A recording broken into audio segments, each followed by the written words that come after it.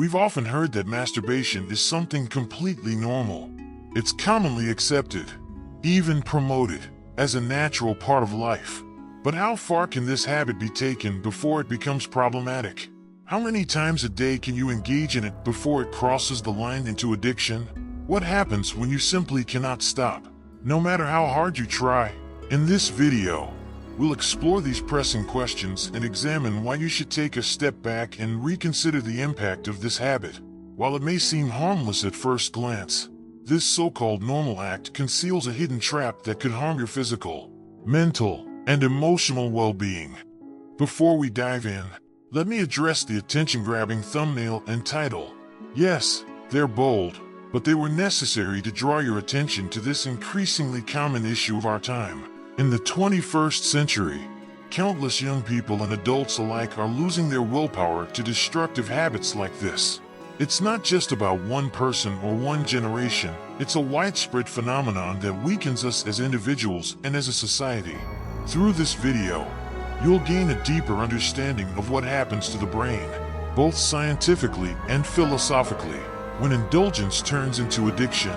More importantly, you'll learn what the timeless wisdom of Stoicism can teach us about breaking free from this harmful cycle.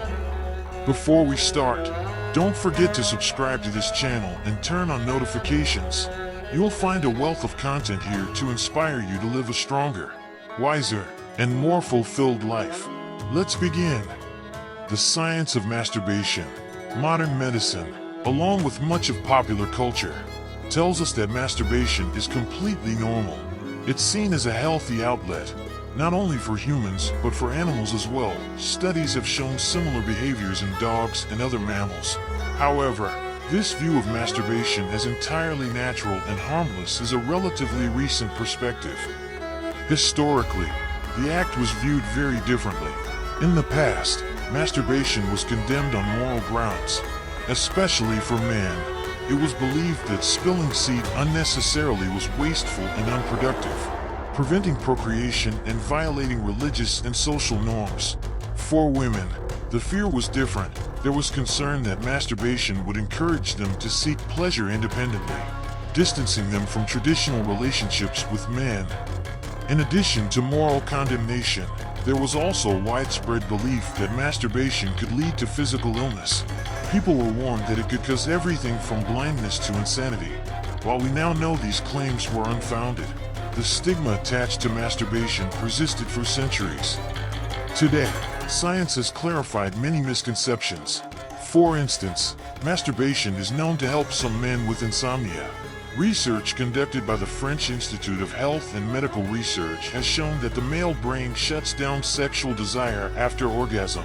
The cerebral cortex, which is responsible for conscious thought, goes into a restful state following climax, helping the body relax and facilitating sleep. This is one reason why many men feel drowsy or fall asleep after sexual activity. But here's the critical question: if masturbation can offer such benefits, where does the problem lie? The hidden trap. The issue with masturbation isn't in its occasional practice, but in its potential to become a compulsive, addictive behavior. If you follow this channel, you know that I often talk about how certain habits can turn into dangerous traps. Masturbation is no exception. The act of masturbating releases dopamine in the brain. This powerful hormone is responsible for feelings of pleasure, relaxation, and reward.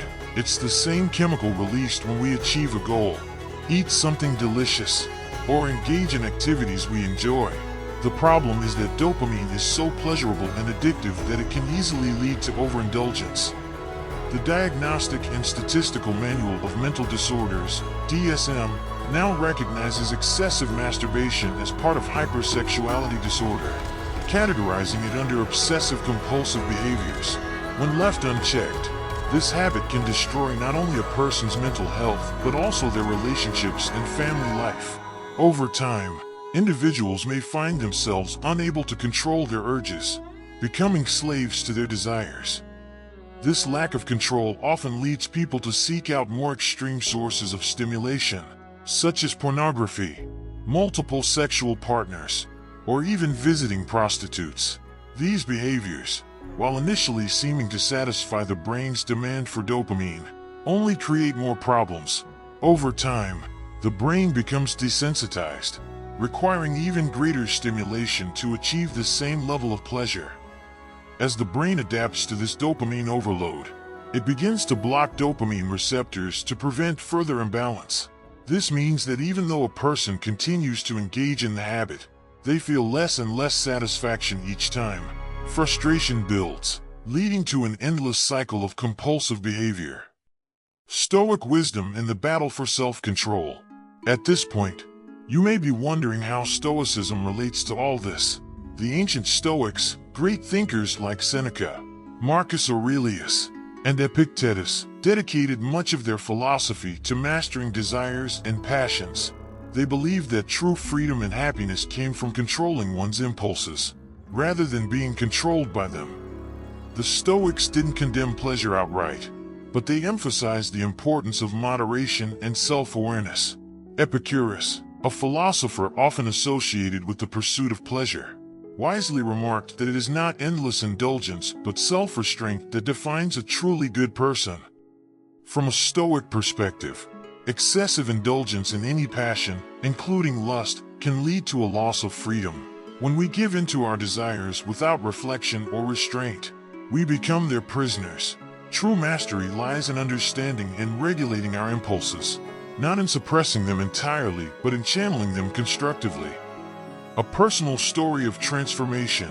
Allow me to share an inspirational story. I know someone who struggled deeply with compulsive masturbation.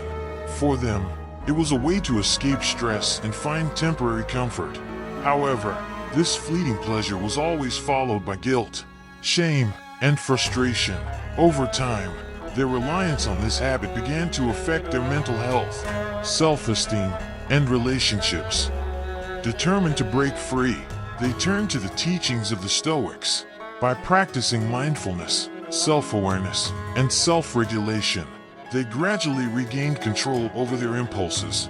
They learned to confront their desires head-on, rather than succumbing to them mindlessly.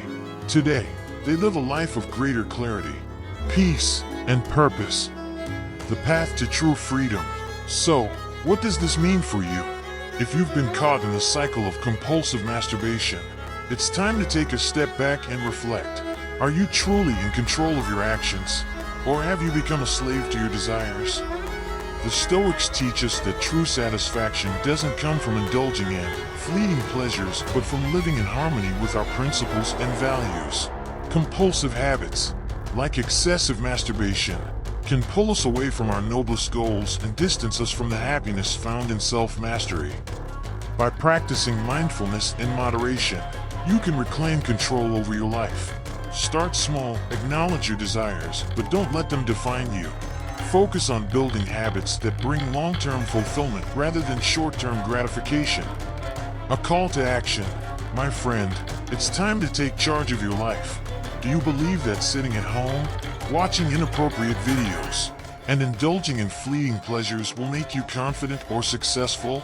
Do you think wasting your time and energy on this habit will help you attract meaningful relationships or achieve your goals? The answer is no. Instead, channel your energy into pursuits that uplift and improve you. Write in the comments, I am a powerful person. I control my mind. I choose actions that motivate and improve me. Thank you for watching. If this video resonated with you, don't forget to like, share, and subscribe for more thought-provoking content.